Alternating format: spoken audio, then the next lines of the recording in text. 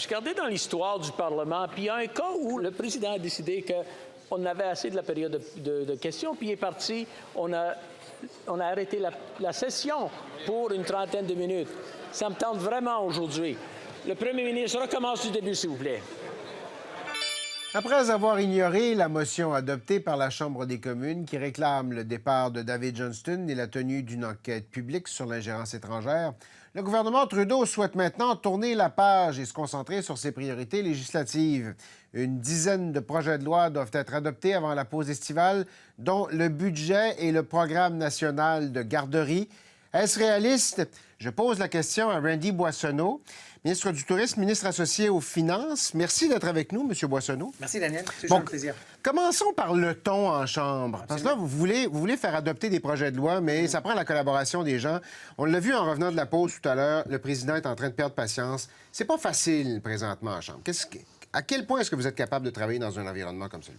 Bien, je pense qu'il faut noter que c'est difficile. Et moi, j'étais sur le bord du président parce que c'est rendu trop chaud, trop de chicanes entre les partis. Oh, vraiment personnel. La mesquin même. Et on a vu tout le matin, il n'y avait pas de travaux de Parlement parce que les conservateurs faisaient quasiment un filibuster au sein de la Chambre des communes. Donc, qu'est-ce qu'il faut faire pour devancer une dizaine de projets de loi? Il va falloir prolonger la séance chaque journée qui nous reste jusqu'à minuit. Okay, c'est aussi simple que ça. Séance minuit, il va y avoir des bâillons qui vont être utilisés, je présume? De leur côté, absolument, mais aussi pour accélérer notre programme législatif, absolument. Si on a un tel numéro de journée de débat, il faut clore le débat et on va utiliser cette prérogative si on en a besoin. OK. Bon, vous avez mis une dizaine de projets de loi sur la table. Voulez-vous les tous ou il y en a certains d'entre eux qui sont plus importants que d'autres? Il y a toujours des éléments qui sont plus clés que d'autres, mais ce sont au moins 10 projets de loi. On veut tous les passer, mais c'est clair que le projet de loi sur l'implantation et l'exécution du budget, très important. Oui, clairement. Pour donner les supports aux Canadiens et Canadiennes, très critique. On a aussi un projet de loi de Sénat pour protéger l'environnement. On a aussi, comme vous avez dit, un projet de loi sur les garderies et aussi le projet C-18 pour que les tech géants doivent payer leur juste part et compenser les maisons de presse pour leurs informations qu'ils mettent sur leur plateforme. On a beaucoup entendu parler cette semaine, c'est une rumeur, mais on a beaucoup entendu le mot prorogation. Ce serait une bonne idée pour vous de proroger, de recommencer à neuf au mois de septembre? Mais vous savez que ça, c'est une décision de quelqu'un qui a tout un autre salaire et responsabilité de Non, mais vous faites partie du gouvernement de cette personne-là, quand même. Oui, mais quand même, une prorogation, regarde, ça roule bien, on avance notre agenda. Ça roule pas si bien que ça. Mais de mon côté, ça avance bien. On a passé C11, on va avoir une belle discussion sur C18. On est en train d'avoir notre projet d'exécution sur le budget. Donc, moi, je pense qu'on n'est pas rendu à un point qu'on doit utiliser un tel outil, mais comme j'ai dit, c'est la décision du premier ministre. Est-ce que toute la question de l'ingérence étrangère et tous les débats que ça a suscité, est-ce que ça a fait dérailler votre programme législatif? Regarde, c'est toujours dans les mains des partis d'opposition de choisir leur sujet pour leur journée. Vendredi, ils ont décidé de forcer le président de lire 762 items dans notre projet de loi sur l'exécution du budget parce qu'ils ne voulaient pas travailler. Donc, est-ce que ça nous cause des délais? Oui. Est-ce que c'est fatal à notre programme législatif? Absolument pas. Est-ce que M. Johnston devrait partir? Mais regarde, j'ai toujours dit que M. Johnston est un Canadien très éminent.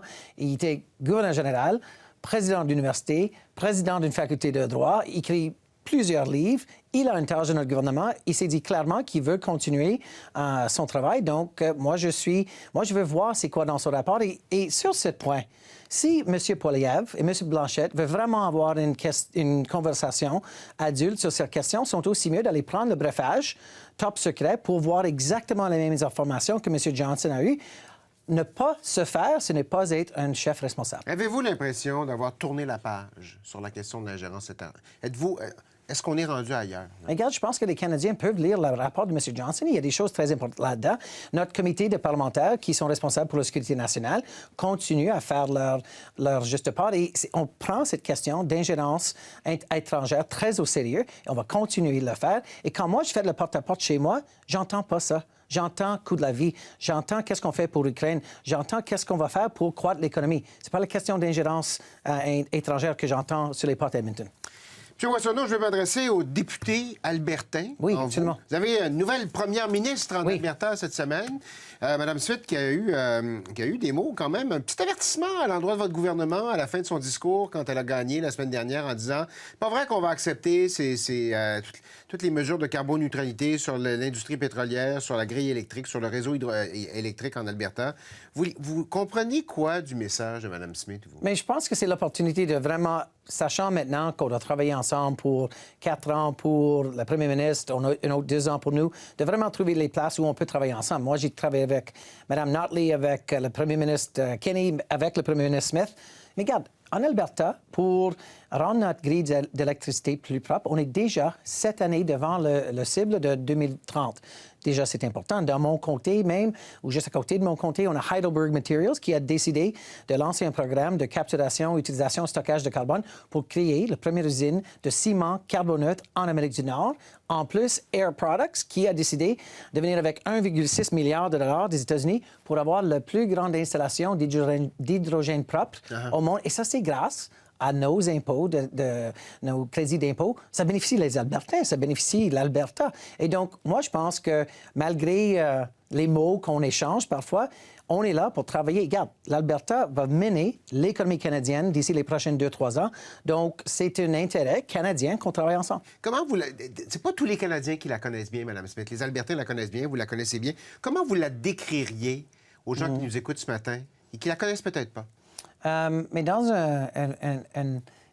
une vie dans le passé, j'ai expliqué M.